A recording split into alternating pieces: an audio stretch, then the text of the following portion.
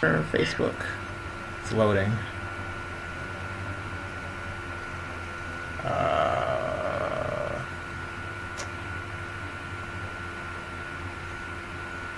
Circling. Okay, now we're live. Hey, what's up, everyone? How you doing today? Welcome to another Shining Spotlight.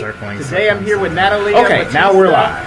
Hey, what's up, everyone? How you doing today? Swedish mangaka. She's very well known. All over Sweden, and she's been creating manga for at least, I think, since 2005. Am I correct? Yeah, exactly. Okay, yeah, honestly, I've seen some of her work, I've checked it out. Honestly, you wouldn't even be able to tell that, she's from Sweden. You would think this just came straight out of Japan when you see, a lot of the work that she's created. Some of the works include A Song for Elise. The one that she's most notably known for is Mjao, which is what we're going to talk a lot about today. And then Sword Princess Amaltea, which is actually the one that kind of introduced me to her. Seeing that one, I love the art style that's being used with that and the concept. But enough of just, I guess, me saying something. I think would you like to introduce yourself to everyone? A little bit about yourself? Yeah, sure. You pretty much introduced my stories. Thank you for that. I'm actually one thing you didn't mention, but I'm actually a teacher as well. There's a comic art school in Sweden, the one that is most known and has the longest history, and it's a school in Malmö, and that's where I work. So I'm a teacher 2 days a week, and then the rest of the week I draw comics. So do you actually teach art itself? Do you what kind of teaching do you do? Actually, it's both drawing and inking a lot, inking and how to use steel nibs, which I also teach a bit in my YouTube channel. But actually, it's all of the process of making comics, from coming up with stories, how to build a story, how to do layout sketches, how to draw the characters and ink. But also, I love talking about the professional side of the comics business as well. How do you how do you make a pitch for a company? How do you get your books out there? How do you sell your comics to a company who wants to maybe publish it in a magazine? So all that professional stuff as well. Yeah, I noticed some of that. I actually looked at some of your tutorial videos through YouTube. I was, checking out a lot of it. And you were honestly laying down a lot of really good points, that people should think about, when they're trying to go into the industry. Honestly, I'm surprised I don't see a lot more, from you. A lot of them. But then again, I guess you're really busy. One of the things, especially if you're, working. How long does it actually take for you to get a page done? It takes I would say it depends on the level of detail. Actually, the book you mentioned, the Mjao book, the cats, this one, with a lot of cats, and this pages are very empty. I don't think they're so detailed. Let me see if I can zoom into that. Maybe I can show you a little bit closer. So since the pages are not that detailed, I actually think they're pretty easy to make, because they are so simple characters and it's not really that detailed.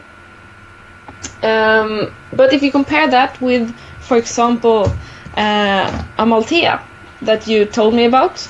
That you talked about. You said you were introduced to my work via Amaltea. Amaltea was the very first one, actually. And let me see if I can actually pull up an image of that. Something that people can hold on to. I'm gonna actually find something of one. I'm trying to put a comparison here. I guess you could say it's different styles, because you went with the chibi one, obviously, for Mao, which makes more sense since it's more targeted towards a child audience. And you can also see that, I mean, it's very simplified. So a page from Amaltea takes about 1 to 2 days to make, and Mjao maybe less than 1 day if I'm really into it. Around 1 day per page it takes, for me at least. For Mjao, or you said Amaltea? For Amaltea, maybe one day plus, and for Mjao, maybe a little bit less than 1 day. So maybe I can even make 2 pages a day for Mjao. Oh, wow. But actually, Mjao I made in 2010, so that was 7 years ago, so I don't really know anymore. So, now this might actually, I'm not, you may not want to say, but which, okay, you know what, actually, this is a better question for you. When you were writing both of these stories, which one were you more motivated to write than the other? And what I mean by that is like, did you start off writing Mjao just because you're like, okay, you know what, I want to get my next work out, this seems like it could be a kind of an interesting story? Or did you write it with passion? And the same thing with Amaltea, did you write that with more passion? Which one would you say that you put that required a lot more of your, how would I say, inner passion to create? Good question. I would actually say you're right on the money. Mjao was totally I would like to get published. What do I do to get published kind of work? Because in 2010 or 2009 when I wanted to get published in Sweden, I was kind of like researching the market, and I was seeing how many of the publishers saw manga as something for kids. So I realized I need to do a kids manga, and that's why I made Mjao. So this is super friendly for like so cute. You kind of get diabetes from just reading it. So sweet. So that's, I mean, kind of.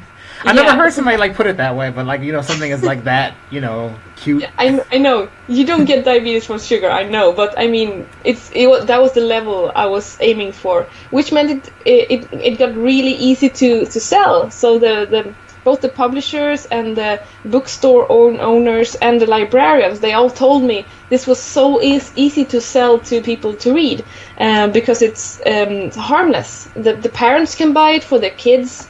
And stuff like that. So that was my goal. But when it comes to Amaltea, which was my longest story so far, so it's actually 3 books, all in all, like 500 pages. And since this story was such a big commitment, I really needed a story that I would love to make. For such a long time. Yeah. So I wanted to make something that I would be proud of, even like seven. Oh, this is actually the second book. I have a second book. And well. What everyone is seeing right now on the screen actually is a image from Princess Amaltea actually. Yeah. And I'm gonna show a picture of Mjao, which actually is I'm gonna be making a debut here in the States. Am I right?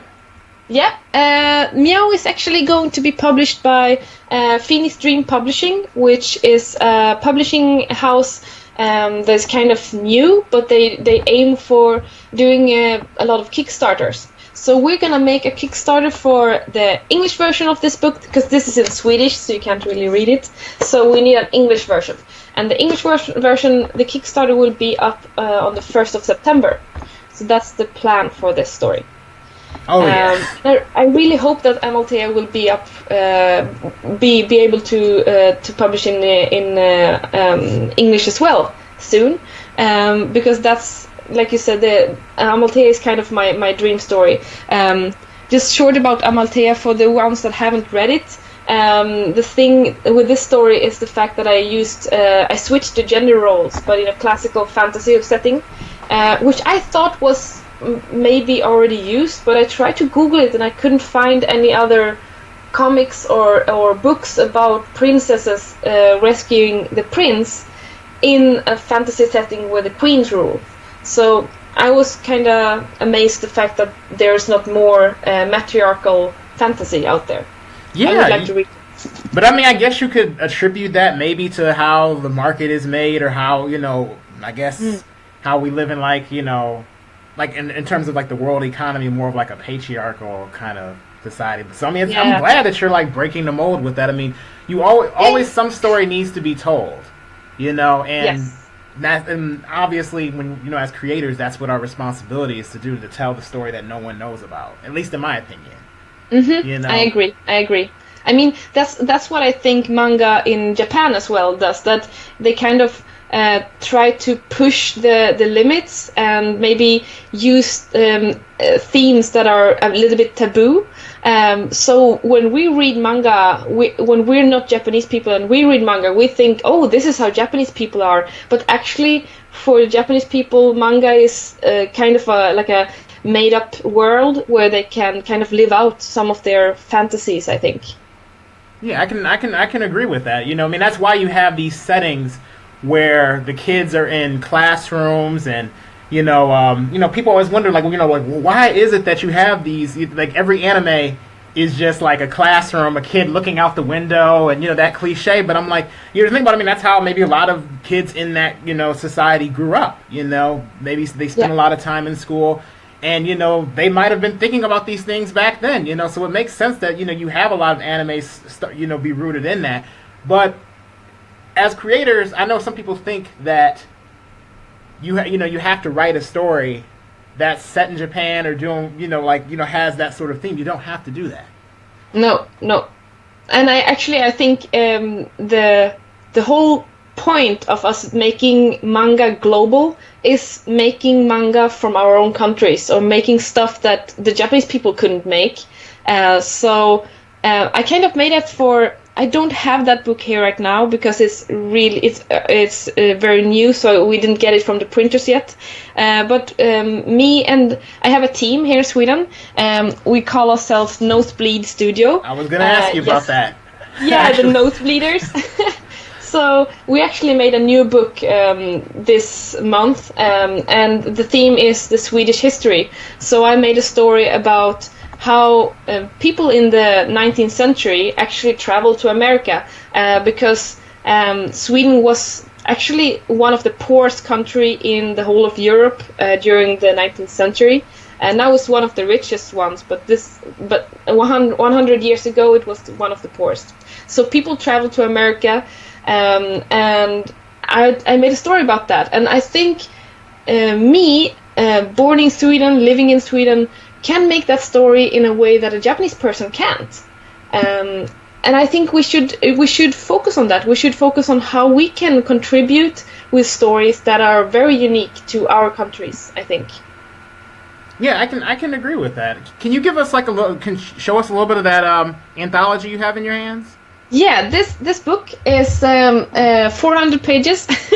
Sadly, it's in Swedish, but this is like a collection of the books we've made so far. We've also been making manga for 10 years. So this book contains stories by 4 of us. So they are all mangas inside. Like this story, for example, is mine. I'm gonna see if I can find. Yeah, this story, for example, is mine. It's about a circus. So the 12 stories are all short stories. And we focus on making short stories because we think it's very important to learn to finish a story and not like do a never-ending story. That's One Piece. Yeah. I really think it's important to practice finishing. And this short story, actually, many of the short stories that I made for the book was actually my submissions for the Ribbon magazine in Japan. So I sent them to Ribbon, which is one of the biggest shoujo manga magazines in Japan. So I sent them there to participate in their manga competition, which they have every month, which was kind of like a small project for me during, I think it was 2011 and 2012. I did end up getting 2 honorable mentions in the magazine, which was the only non-Japanese people who got honorable mentions during those years, at least. I followed the magazine. And that was kind of an interesting experience because I think a lot of artists they think that Japan is, oh yes, if I get published there, it's going to be the best thing in the world. Oh. I don't believe that. I'm not aiming for Japan foremost, but I really think that what the Japanese market has that we don't have is the editors. The editors are invaluable, and their criticism. So I tried to send my stuff there, mostly to actually kind of suck some of that experience from them, to learn something from them. And I did, actually. So, do you think that people should send their mangas to Japan to be able to get maybe some sort of professional editorial critique on a manga scale? I guess, if that makes any sense. Yeah, I think today there is a lot of good chances you can send your manga there, and you don't have to, because the reason why I don't believe in going there and trying to get a full career in Japan when it comes to manga is because I really love vacation. I really like being able to rest in the weekends. And that's not really a possibility if you're a manga artist in Japan. So I'm not aiming to work there, but I really think that there are possibilities for us to bridge that gap and kind of make stories that could be published there. Like there's, for example, I know there's an American who has, I think, Brazilian background called Felipe Smith. Yes, Felipe Smith. I know exactly what you're talking about.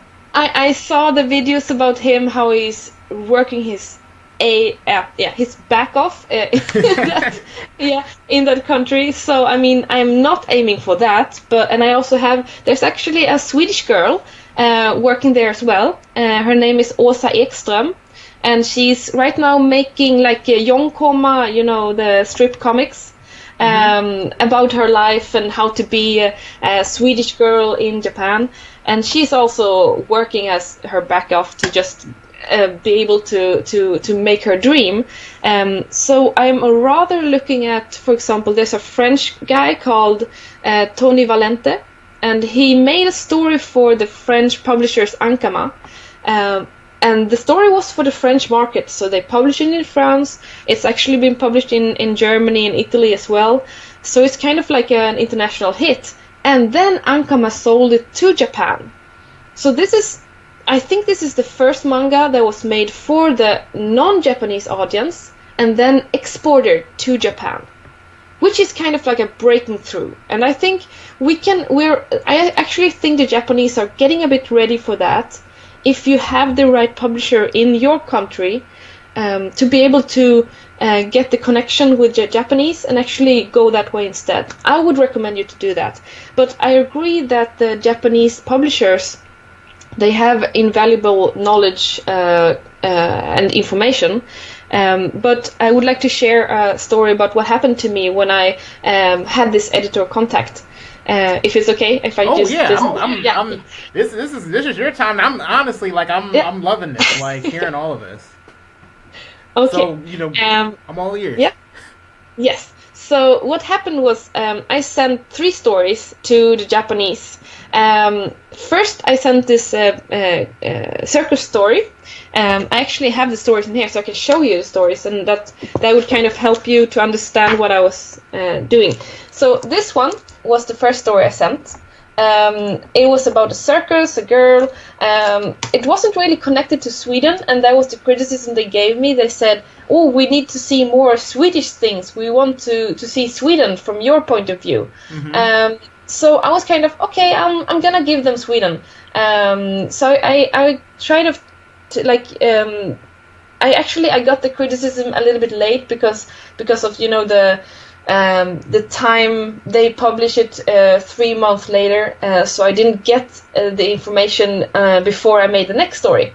But the next story I made was a story about a mermaid, and this story about the mermaid, I'm gonna show you. It's here. So I didn't make the Swedish thing about the mermaid. I still tried to make something that could work for a Japanese audience and also for a Swedish audience. So this mermaid story, it's kind of like yeah, like a typical shoujo manga story. Mm-hmm. And still, their comments was the artwork is great. It looks like Japanese manga, so they like that. But with this story, I got another comment that I really didn't like, because as you can see, this main character, her name is Mina, and Mina is a mermaid. She's a vegetarian mermaid because her sisters, they eat human meat. So it's about being young and choosing not to follow your group decision or something. But the thing is, as you can see, she's not that skinny. She's not as skinny as manga girls. I see. So it's more of like a story, like, kind of capturing about weight. Like if somebody has like weight issues or... Well, actually, it's not much about her weight. It's actually the weight doesn't really matter for the story. But the thing is, she's not skinny. So you can see that here, for example, on this page, she's just not skinny. And the comment I got from my editor was, this was not an official comment, because they do official comments in Ribbon that like comments on the story and the artwork.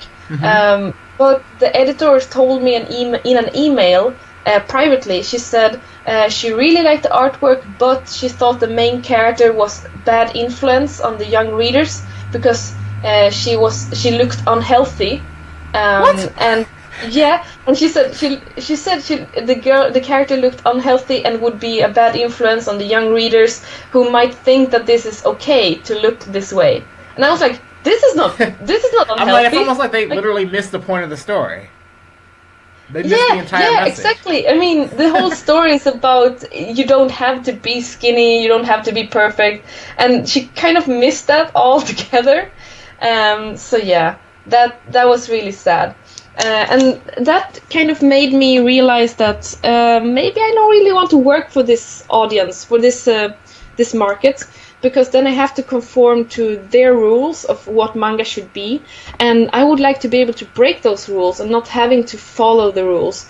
And that's the thing I would recommend all people who's out there who are hoping to maybe send your stuff to Japan and become mangaka in Japan. You have to remember, then you have to follow the Japanese rules, and the Japanese rules are kind of Stone Age-ish sometimes.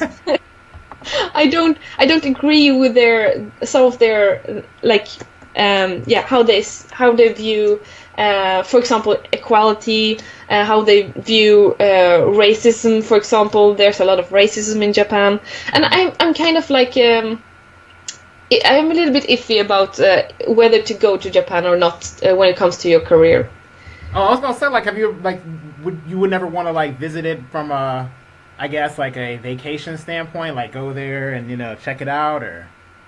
Yeah, I have been there twice. And I love it. Like as a tourist, Japan is probably the best place in the world because the people are so service-minded. It feels like you're a royalty, and that's kind of nice. But I'm not sure if I would like to live in the country because I think I'm more maybe more like a South European or a bit like American. I like to speak my mind. I like to talk loud. I like to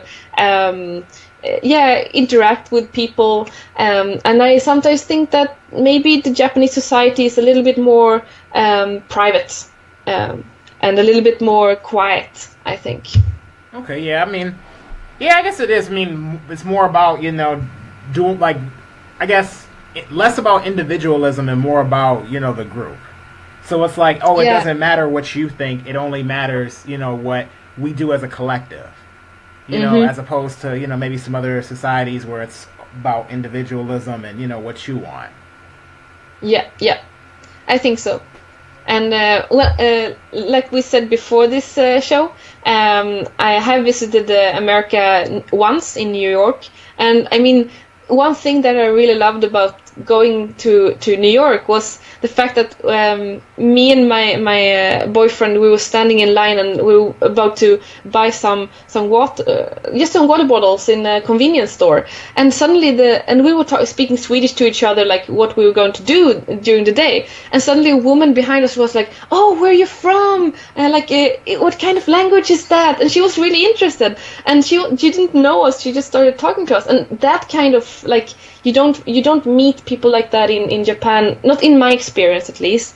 And I would rather live in America than in Japan, I think. I'm telling you, I mean, that's to down anybody who's, you know, super patriotic, but I'm like, the U.S., I'm like, I don't know, it's just, it's all right to me. It's not, I mean, it's my home, but I mean, at the end of the day, I'm like, so boring. Like I tell anybody, like it's boring to me, but that's because I've lived here my whole life. Yeah. You know? Well, the thing is, America is, you have so many parts of America, like it's almost like Europe. It's kind of like Europe. You have so many different cultures in America. So I don't see how you could be bored. There's so much to do. See, maybe if like, for example, like I live in Michigan, maybe if I lived in like New York, it would probably be different because I noticed, like, or at least when I hear, there's a lot to do in New York. Here in like Michigan, like no, there's nothing to do. Like, I mean, you know, you're lucky if an event actually, or at least for the kind of things I like. I'm not really into sports personally, like a lot of sports. But for somebody who's like into like manga, anime, the only thing we have that to me is worth going to is Youmacon, which we actually interviewed the CEO of Youmacon as our last guest. You know, like that convention is like one of the only things that's worth going to. Like if you came to, came here to like Michigan, you know, or Detroit or whatnot, you probably would be able to see like, okay, you know, it's the Motor City, get a little feel for it. But if you spend enough time here, in my opinion, I couldn't see how you wouldn't get bored. Well, the same thing is with Sweden. Kind of, that is the similar thing, because everything cool happens in Germany or UK or Italy or France. So we're kind of the same. Like, we always feel left out and forgotten. So I kind of I know how you feel. And also about the big event, like the biggest manga event in Sweden has 8,000 visitors, 8 or 10,000 visitors, and that's like a medium or small size manga-con in Germany. Wait, that's like the biggest event in Sweden is like 10,000 people? Yeah. Wow, that's actually pretty small. Yeah, it's pretty small, and that's huge. Like, okay, that's not like we do have a Comic-Con actually, but the Comic-Con is like 30,000, I think. So it's not big at all. Like, I'm aiming for. I'm actually planning on going to London Comic-Con this fall, and they have 130, I think. Oh, wow. So I mean, we're quite a bit off. We're small. Oh man, I'm like, I don't know. Like, I guess it just all depends on, you know, where you go. I mean, you know, and it also depends. Like, do you like big cons, or do you like actually from an artist perspective, less from a fan perspective? Do you think do you do better at bigger cons or smaller cons?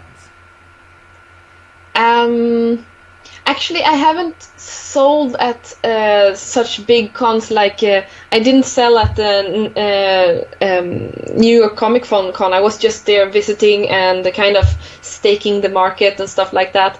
But I would say the bigger cons could work. I think you need to have another strategy, because on the smaller cons you need to rather think of getting a personal connection with people. Many of the smaller cons you have to go there every year to kind of build your reputation and build your fan base on the spot. Like some of the smaller cons, like really small cons in Sweden that we go to, like 800 visitors, like less than 1,000 visitors, some of them. We still go there because we have such a, like me and my Nosebleed Studio, I go with my team, and we actually have such a fan base there that it's worth going there, because they will keep buying stuff from us and keep visiting our booth. So it's worth going there. But in a bigger convention, you need to rather be maybe a little bit more be able to fight for the visitors' attention. So you have to have like big illustrations or something hanging behind you. I think you have to have another strategy, and that's, I think, is the difference between the smaller and the bigger cons. It's about how personal and how like effective you need to be. Okay. That makes sense. Or how like effective you need to be. Okay. That makes sense. 1 second. Okay. Actually, because I want to go into this second half of this. Are you open to drawing a little bit for the audience? While we continue this conversation. Yes. Okay. I'm actually thrilled to see this because I think a lot of you out there who may not be familiar with her, will get a thrill out of actually seeing what Natalia can do. I mean, I'm telling you, she has extremely professional work, and I recommend checking out her stories. Her stories are very captivating. Honestly, Yay! like I Thank said you. when I checked out Sword Princess. I can't even talk right now. Sword Princess Amaltea. That Yes. story, I read, a few of the chapters. I mean, I didn't feel as though there was any kind of difference in reading, her story than maybe if I read something out of maybe like, a manga that maybe Viz released or Shonen Jump released or, any of, other major publisher. I mean, her work is at that level. Wow. Thank you so much. That's a really good, a huge compliment. Oh, yeah. I mean, I'm just saying, you give yourself a pat on the back for what you can do. I mean, it's amazing. Thank you. One of the things I guess I kind of want to talk about, we're getting this set up is like, how did you start? What was the moment when you sat down and you said, I want to be a manga creator? I was 15, and I think it was Sailor Moon combined with Ranma and Rumiko Takahashi's work overall, and I was like, I'm gonna make this. I'm gonna do this for my living. And that was actually the time when I heard about this comic art school where I'm a teacher now. I wanted to apply for the school, and then I realized the school was you had to be over 18 to be able to apply for the school. And I was like, 3 more years. So I had to go to secondary high school for 3 more years, and I was like, yeah, I need to get something. Yeah, I was actually at that secondary high school. We have one program that is for arts and crafts. So I went to that, and that was the reason why I was able to kind of make comics part of my studies. So we had every lesson I could be able to draw my comics instead and practice making comics. So yeah, and then I applied for this comic art school right after secondary high school, which means I was 18 or 19, and I got in. So, and then from there on, I was just making comics. So I kind of knew from the age of 15 I wanted to make this, and I also knew that there was a school. I think if there wasn't a school that was made for making comics, maybe I wouldn't be here.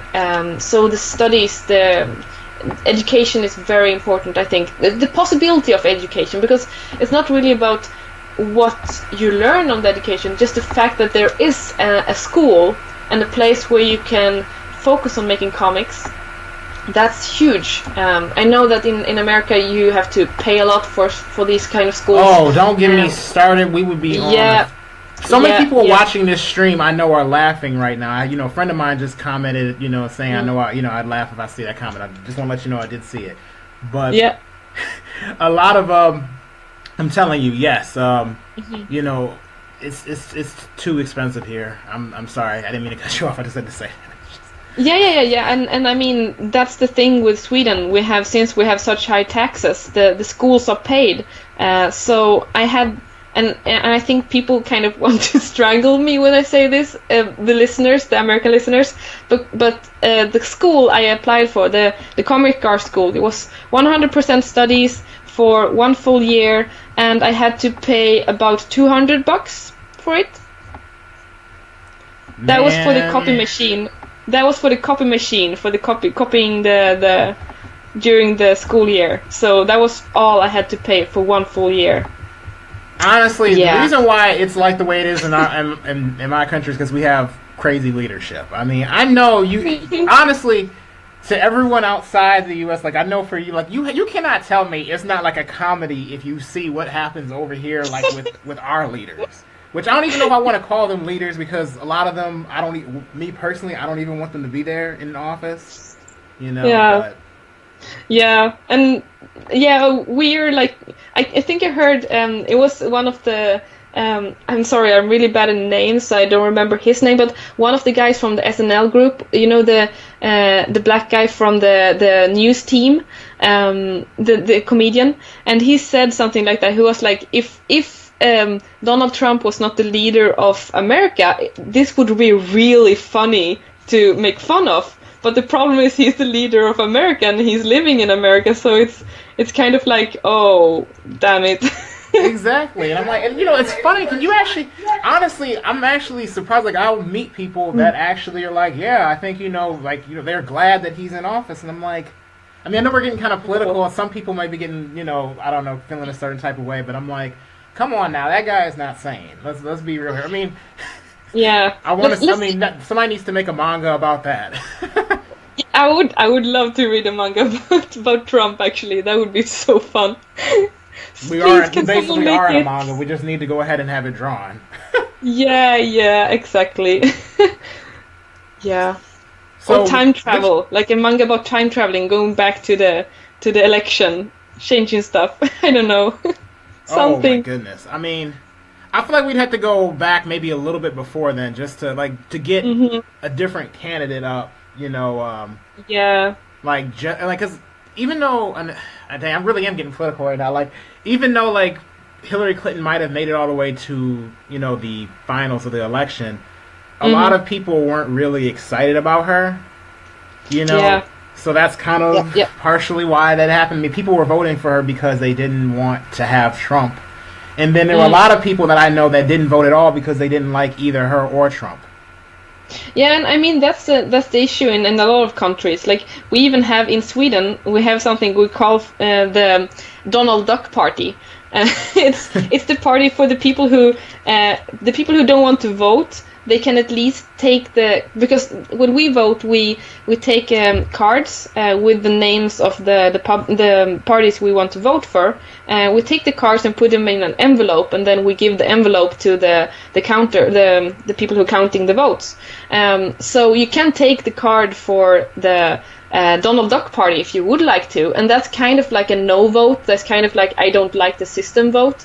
So you can always, every year you can count the votes of the Donald Duck Party and you can see how many people who hate the system. Oh my goodness. It's kind of funny because of the name. It's kind of I know. I'm like, for a minute when you first said it, I was like, is this harking back to Trump again somehow? But like, no. No, but it was before that. Because in Swedish, Donald Duck has another name. But it's just funny that it's Donald Duck. So yeah. But anyway, so I think the thing with the school was the fact that I got the chance to meet a lot of friends, to get a lot of friends that also like doing comics. So I really recommend anyone to, if you can't apply for a school, just start your own like self-education. Like start a focus group, like a small like group in the library, just coming together and drawing manga. That's actually how I started. I was together with my sister and the friends of us. We went to a local youth club or youth center, and we started just hanging out, drawing manga together. And in the beginning, we were just like 5, 6, 7 people. And after just a couple of months, we gathered a lot of friends from schools and from other places, and we ended up becoming like 40 people, meeting every Wednesday. For several years, and some of my best friends who are still doing manga and cosplaying, and like some of them even have like cosplay stores today in Sweden. They are kind of from that group. They're like still people that started by just meeting and coming together and kind of making a community together. So I really recommend people to start communities, start networking, and meet, physically in person. Is that how Nosebleed Studio was founded? Yeah, Nosebleed Studio was founded in school, actually. So it happens so funny. It was we all started the same day in class. So we kind of the teacher said, just go in and take your seat. You can take any seat you want, so you don't have to wait for us to tell you. So we just went in and took seats. And actually, the people from Nosebleed Studio, we just happened to take the seats next to each other. So we ended up in the same row, and we were like, oh, we all like manga. Why don't we start a studio together? So that kind of happened in the second semester of the school year, and that was in 2006. So since then, I've had this Nosebleed Studio group, and it's been kind of like a really nice way to just keep making comics. So one of my biggest recommendations is find people who like making comics and make comics together. Maybe do like a studio group or like a artist group or something. I really recommend going together in networks. It's a really good way to keep the momentum, keep the passion together. Okay, now I have actually, it kind of makes me think of another thing. Do you have any friendly rivalries with another manga creator? Like, sometimes I ask people that, and, it's like, no.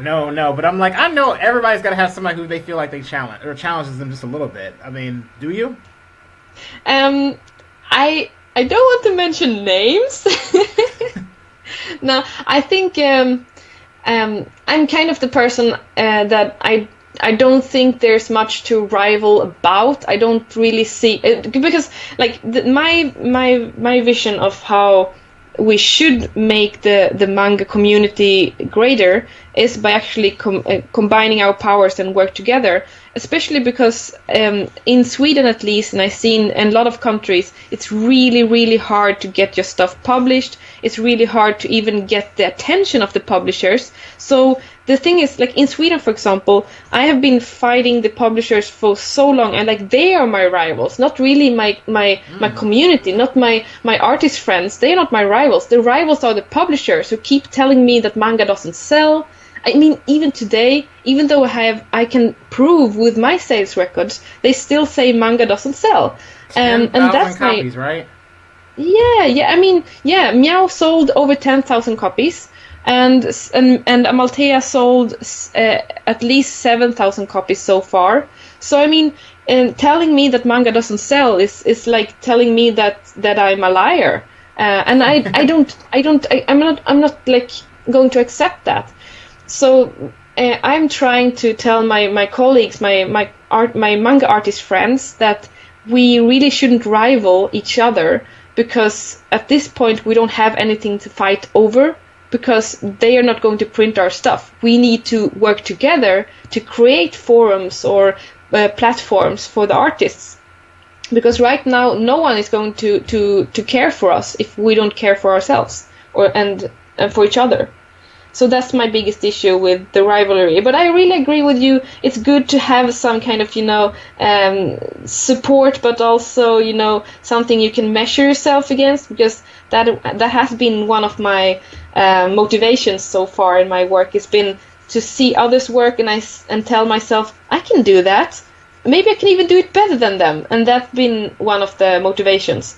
But I also would like to recommend for any young artist out there to not focus on that, because then you're kind of building your whole artistry based on kind of envy, or kind of judging yourself in comparing yourself to others, and in the end that can be kind of damaging to yourself. So I would really recommend people to maybe try to like use other measurements of your success. For example, not measuring yourself in how many page views or how many books you sold, or comparing yourself to others. Maybe measuring yourself in how many people you affect with your work. Like how many people read them, how many people believe in your stories, how many people come up to you and tell you how much your story meant to them. that's a measurement I think is more healthy for an artist, if you ask me. Oh no, I can agree with that. You know, I mean, especially when you were just saying about the whole thing about publishers. You know, like that's an interesting take. Like them being your rival. Like you're like I'm fighting them. Like I'm fighting the system. You know. Yep. And that's, I think, I mean, when it comes to, for example, if we're going to talk about racism or sexism and everything, that's the same thing. Like, if we keep on, like, if girls keep on fighting each other instead of fighting the system, or boys for that matter, or if like people of color keep fighting each other instead of fighting the system, we will in the end lose. So I think the biggest issue is we have to recognize the real enemy, and the real enemy to me as a manga artist is the publishers that keep on telling me that manga is not worth it. Manga is not worth the time. People that keep telling me that manga is ugly, manga is not real art, manga is bad when it comes to like realism, and people that can't really draw bodies and stuff like that. Like they're totally understanding what manga is about. And you know that makes, and it's funny that some people say that because it doesn't really make a lot of sense. Because when you draw manga, you have to draw everything. You can't just pick. You know, let's say like if somebody's drawing a portrait, you can't just draw the face or at different angles. You have to draw everything. You have to draw. You have to not just be able to draw the characters. You have to be able to draw backgrounds. You know, you have to be able to make your characters not only be uniform with their anatomy, but you have to make sure that they have contrapposto and they're able to move fluently. I mean, I've seen that too.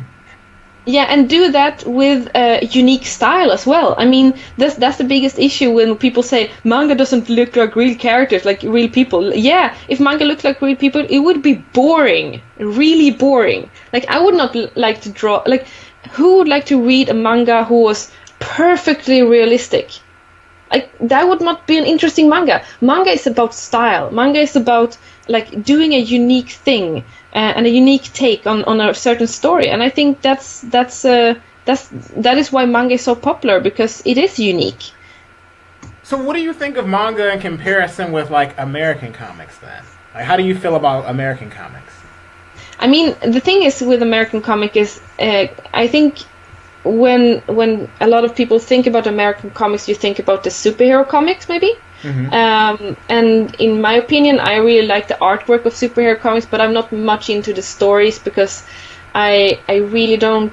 I'm not into heroes. I like anti-heroes. So, and I don't like the anti-heroes like Daredevil or something like that. I don't like heroes that are just amoral. I want anti-heroes like in people who are not supposed to be heroes but end up having to deal with stuff anyway.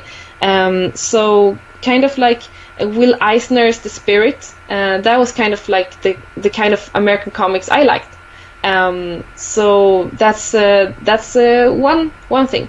But I think the difference is maybe the difference is actually the way you portray characters, maybe. Not really the artwork, because there is a lot of like today there's a lot of American comics that kind of look very manga inspired, and vice versa. There's a lot of manga that is very inspired by American comics. There's still an art style difference, but I think the biggest difference for me is the fact that the manga characters have flaws in a way that maybe I'm just speaking out of my mind. I don't have enough experience of American comics actually, so I shouldn't say too much. I mean, like honestly, like I think you can weigh in on anything that you think as far as American comics. I mean, all we can do is talk from our own perspective. But one thing I have to say, have you borrowed any techniques from American comics? Like, has there ever been an American comic artist that maybe influenced you in any sort of way, or actually doesn't even have to be American comic artist? Has there been a comic artist outside of the traditional Japanese comic artists that have influenced your maybe not your style, but you borrowed any techniques from? Yeah, absolutely. There's a lot actually, and Will Eisner is one of them actually, because I've read some of his works. And they are actually the few American works I've read when it comes to the more mainstream stuff. But I would say the thing is, when people ask me who are your favorite artists or who are your idols when it comes to comic art, I have a hard time to tell you the names, because a lot of the times I don't feel like going like following someone's like path. I love making my own path, and so I try not to keep idols. I try not to create like leaders for myself, because I want to be my own leader. I want to make my own road.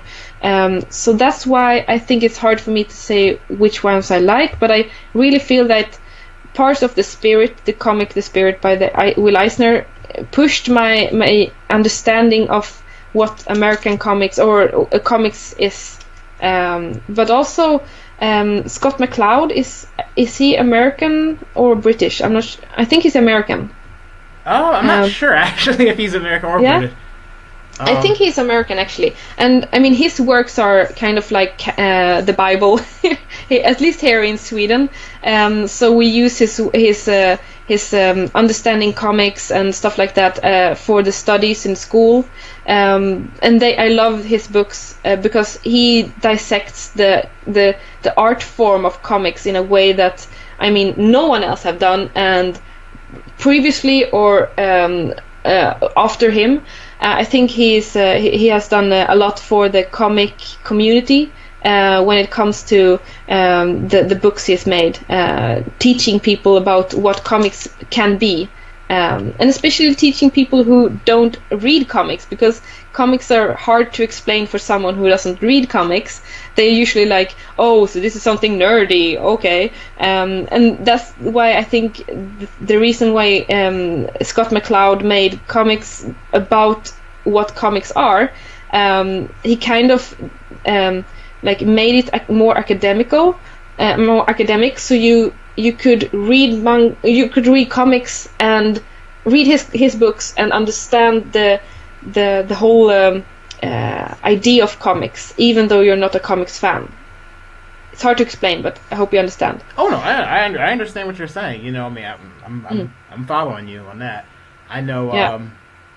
You know, I think it's important that people really actually take the time to understand, you know, what they're doing when they're actually working through, you know, and trying to, you know, create comics. Because I feel like sometimes some people, I mean, it's good to just jump in and do it, but some artists, I feel like, will do something, even though it's kind of weird for me to speak on what some artists do when I'm not an artist myself. I'm just a writer.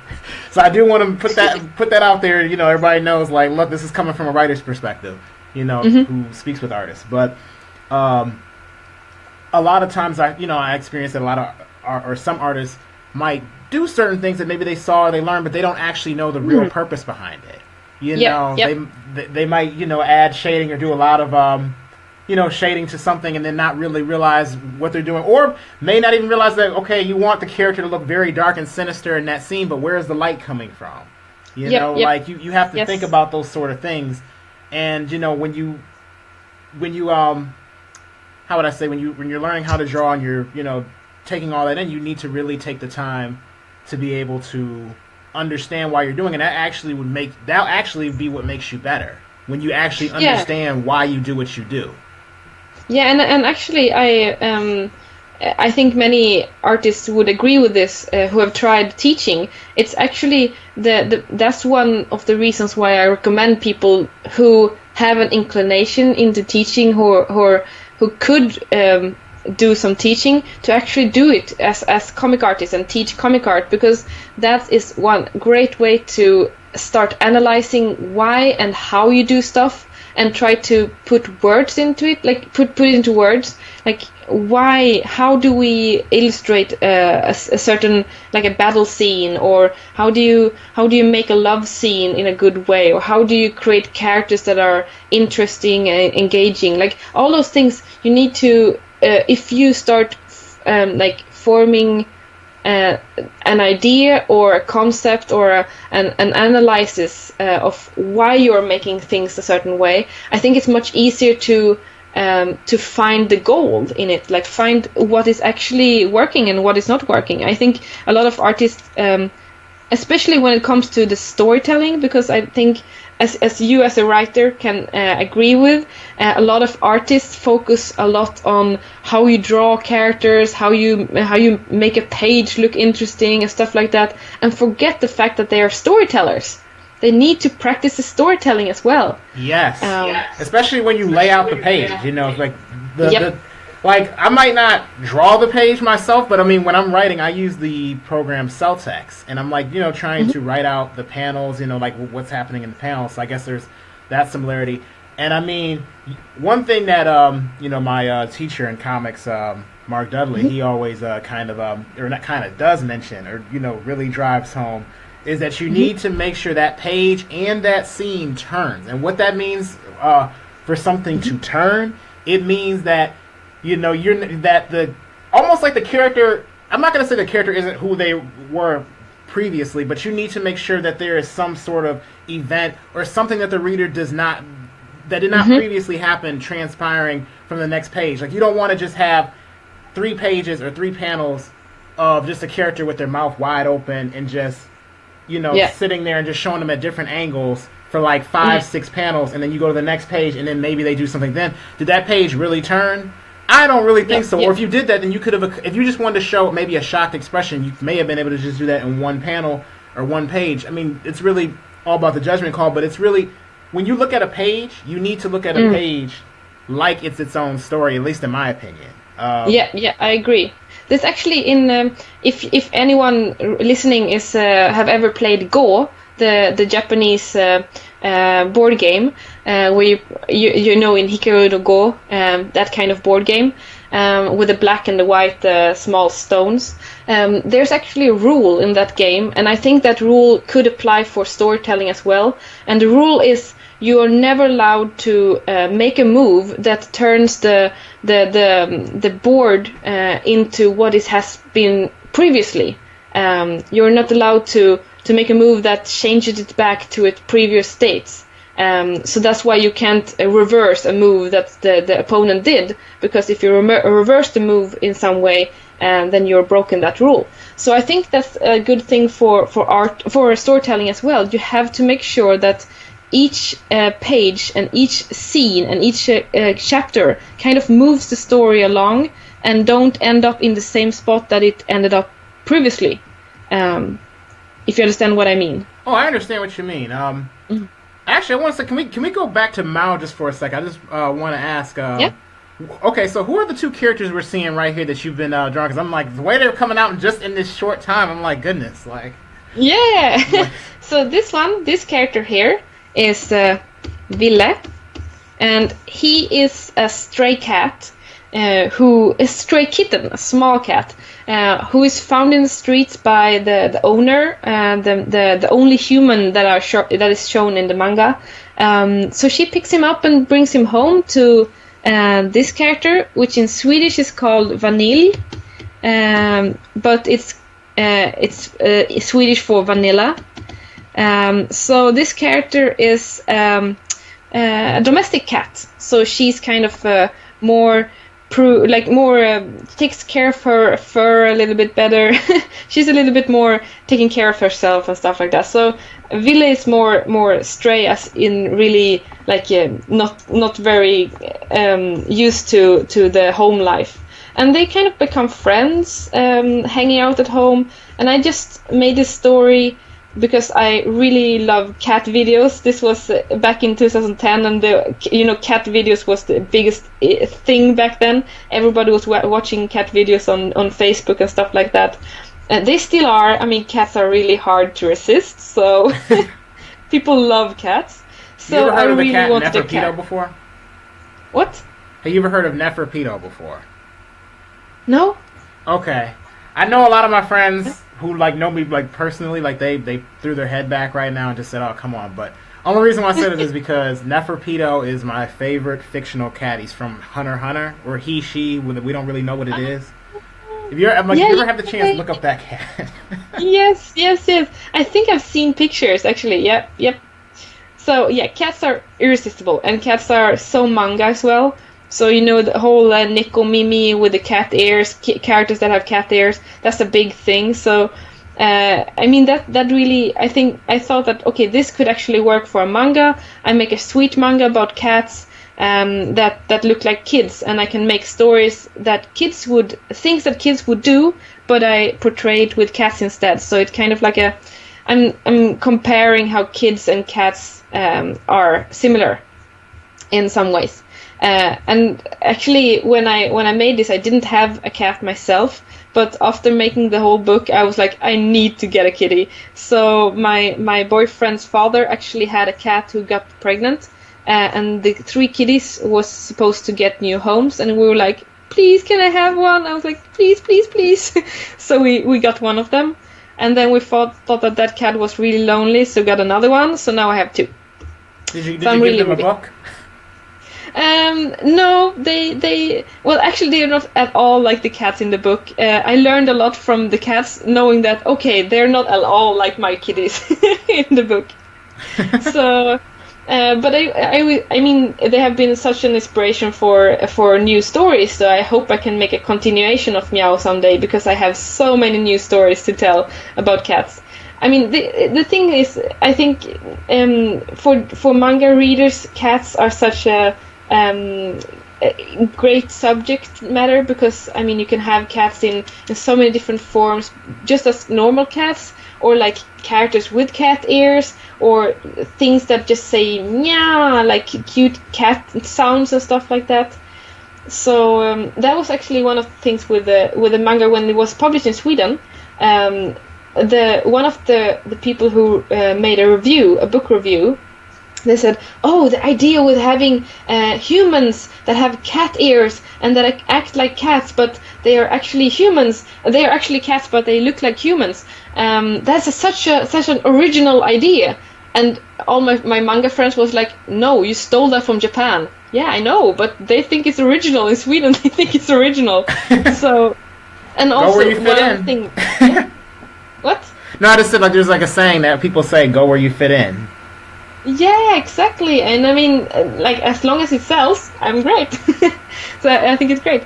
But actually, the thing was, when I made this manga, I actually sent it in 2010. I went to Japan, and before going to Japan, I actually sent this manga to some publishers just to. What I wanted was, actually, I wanted just a meeting, because then I could take the whole trip and put it in my company as an expense, because I had a meeting with an editor. So that was my whole plan. I just wanted the meeting to be able to write off all the expenses for the company. And I got the meeting, actually. But the thing was, I sent these kind of mangas to this Mjao manga to different publishers. And most of the publishers I sent it to was shoujo manga magazines for young girls. Because I was thinking, this is cute stuff. Kids like cats. I think it would fit for a shoujo magazine. But the thing was, I got a reply from one of them, and the editor said, this is a really cute story, but this is moe. You should send it to this magazine for older men. And I was like, what? So in Japan, they didn't see this as for kids. They saw it as a moe manga. So I was like, that's funny. I don't know if I was a bit. You wouldn't even expect out. that. I just like would throw you off like it probably. Yeah, it was a little bit. I don't know if it felt weird, the fact that a story that was made for like 6-year-old kids in Sweden would be expected to be for 25-year-old men in Japan. That's just. But this is gonna sound. I don't know. Maybe this is gonna sound messed up, but I almost wonder if it's like, the reason why they like it is for something else, kind of nefarious. I don't know. I'm not trying to, Hopefully not. I don't think it's that nefarious. I think it's actually. I think a lot of moe manga is very innocent. It's. I mean, the thing with Japanese manga is, if there is a reader base, there is a manga for that reader base. And there is a lot of men who would love to have a child and care for a child and be a father. And instead of like having a story about a dad, which would be so unmanly for a Japanese man, you could have stories about kids, which kind of, if you have seen Yotsubato, the character that is like 4chan's mascot, the girl with the green hair. You know, I don't know why I can't picture it right now. I'm gonna have to look it up. Okay. It's the character, the young girl with the hair looks like a lucky green. I don't know, remember. Oh, anyway, Yotsubato. The whole story with Yotsubato, it's kind of it's actually one of the inspirations for Mjao, and that's actually a manga about a young girl who is living with her adoptive father, and the adoptive father is. You think that Yotsubato is the main character, but actually I think that the adoptive father is the main character, because he is kind of like the reader, while Yotsubato is that made-up child that they could pretend they are taking care of. And Yotsubato is experiencing like the world and questioning stuff and so on. And as a father, the adoptive father have to explain stuff for her, which is what I think the reader would like to do with a child, to have a child to teach about the world. And I think that's, I think a lot of people who see moe manga think that it's about bad stuff, that it's about men doing bad stuff to kids. But I actually think that a lot of moe manga is about men not being able to express their love for or their care of children in another way. Like, there's no mangas about daddies, so they have to read moe manga to be able to feel that feeling of taking care of a child, I think. Yeah, I guess that is a very interesting way of putting it. Yeah, I guess you don't really have and I guess that would really fit that storytelling medium for them. You have a story about everything else but maybe a dad taking care of kids. Well, over here you kind of have stories like that, but but in Japan, or other places, it might, I could see it not being as common. I know. This is. I guess this is kind of the final question. I really been wanting to ask you about Mao. Mm-hmm. Will there be, at any point, or do you want there to be, an animation of Mao? I would love to see an animation of Mjao. And actually, the character, the plan was actually for me to make an animation. So I was actually starting to make an animation once, but I got too many other fun projects in between. One of them being Amaltea, actually. So the whole thing with doing an animation, it's kind of in the pipeline, but at this moment I would need a lot more time and probably a whole bunch of people helping me out to be able to make it. But I did start animation, and so far I have 1 minute finished. You wouldn't put it in Madhouse? I don't know if you know about Madhouse Studios. Yeah, well, that's like dreaming. Everybody big. wants Madhouse. I'm like, I know if Madhouse is watching this, hey, you already know. Yeah. That's probably the best studio there is, I feel like. Yeah. I don't think they would care for a mediocre manga like Mjao. I think they would want something more I don't know, something that would be more kind of that matters more. I don't know. I mean, I think my manga actually from Felicia Martinson. She's saying Amaltea would be so cool as an anime. Oh yeah, that would be really cool. I would love to see Amaltea as an anime. Actually, I hope I'm not telling too much, but the plan is, because the manga is finished. There's 3 books and it's finished, a finished story. But I have had people asking me for a continuation of the story, and I actually have plans with 2 of my friends to make a visual novel, like a dating game thing-ish game, and put it on Steam. That would be kind of like a continuation of the manga. And that would be included some animation, because we would do an opening like an opening theme song and an opening with animation as well. So yeah, So it's maybe canon though. It'll be canon.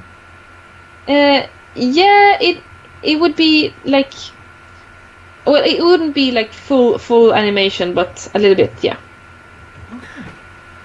Oh man, I mean, you know, I'm loving everything that I've heard here today. I mean, honestly, especially, you know, see I guess what I think a lot of people should gather from this interview, at least from my opinion, is like, this is why when you have goals, you don't just sleep on them. You know, you act. You do it. You know, you put in the work and the time. You know, you can, you know, get to the same skill level as Natalia, you know, or close. I'm working really hard. So I think, I mean, the thing is, you have to always remember is that your idols also started exactly where you are. Everybody started there, and everybody was pulling their hair and screaming because it didn't end up the way they wanted. And I've been like really frustrated with both the industry and with my own works. And as long as you see your own faults, you can still improve. That's good. That's a good thing. So just keep improving, and then you'll get there at some point. Now, can you tell me what the? 'Cause I know you're supposed to be doing a Kickstarter for Mao. Can you kind of explain to the audience a little bit what the Kickstarter is? You know, before we close this out. Yeah. So the plan is to make a Kickstarter for the English version of Mjao. So it will be a manga book. We'll make a manga book, like a pocket book, and it will.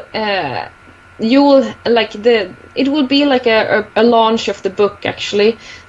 So if you haven't used Kickstarter before, Kickstarter is a site where you can put in money for a project, and then when the project is done, you probably get a freebie, or you get some kind of reward for putting in certain money. So you can choose what level, what tier you want to put in money in. And we're going to make a PDF version. We're going to make a book version, like a physical book.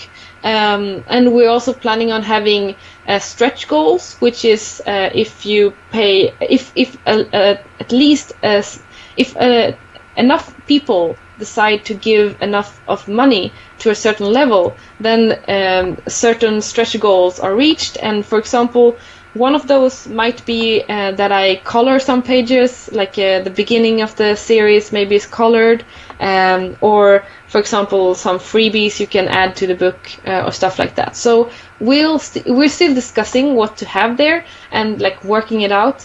So the Kickstarter will be up the 1st of September this year, and the plan is to have the book in the beginning of October, because I really want to have it when I go to the Comic-Con in London. I really hope to have the book with me, and the Comic-Con in London is the end of October. So if any of the listeners are from UK or planning on going to London, I hope we can meet there. I'm planning on snatching one of the Comics Village tables, which they're going to release hopefully some of these weeks now. So I'm like hanging on their Twitter account every day, watching it to find a table. Okay. Well, yes. Now that we're closing out, I want to say thank you, and I also want to say make sure you support this Kickstarter when it comes out. I'm telling you guys, you're going to want to get behind it. And you know what? I'm telling you, when it comes out, you know, years down the road, when you see that there's, Mao anime, and it's on Cartoon Network and Nickelodeon and, all the, major networks here, or even on Netflix, you guys are going to want to wish that you would have gotten that first English copy of Mao. I'm telling you are, and I don't know if there's going to be like, an optional Kickstarter for maybe signed copies or anything of that. Well, there you go. You just heard it from her. And, one thing I also want to say before we close out, a little bit non-related, and then I did promise that there would be an announcement on here before everything was said and done, some of the posts. We are going to actually be doing a one-shot contest monthly on Shining Otaku. This is going to be something, putting it up so you guys can kind of see the guidelines, and I'll be talking more about it later, but we're going to be doing it every month. Right now we're kind of starting off small with some of the prizes that we're going to give out, but we do plan on giving out a prize. We're going to start off with a loot anime crate, actually, if some of you guys are familiar with that, which has different anime goodies in there. You do keep your story. I want to make sure I let everybody know that, and the criteria for it is 7 pages or less. So I will put it up. I'll be opening up an event soon on the Shining Otaku page, probably tomorrow. And once we get at least 16 competitors, we'll be able to launch the competition. It can be way more than that, guys, but that's where we're starting it. Everyone, in the way that you are able to enter this competition is being able to vote for a story. So, in other words, I'm not the judge of this. You guys are going to be the judge of who wins this competition. And it's going to be in the Shining, or actually Supernova one-shot group. I'll link everything once everything's said and done, but I did want you guys to know about that before we ended off this stream. And again, going back to why we were all here to begin with, thank you, Natalia. Thank you. Woo!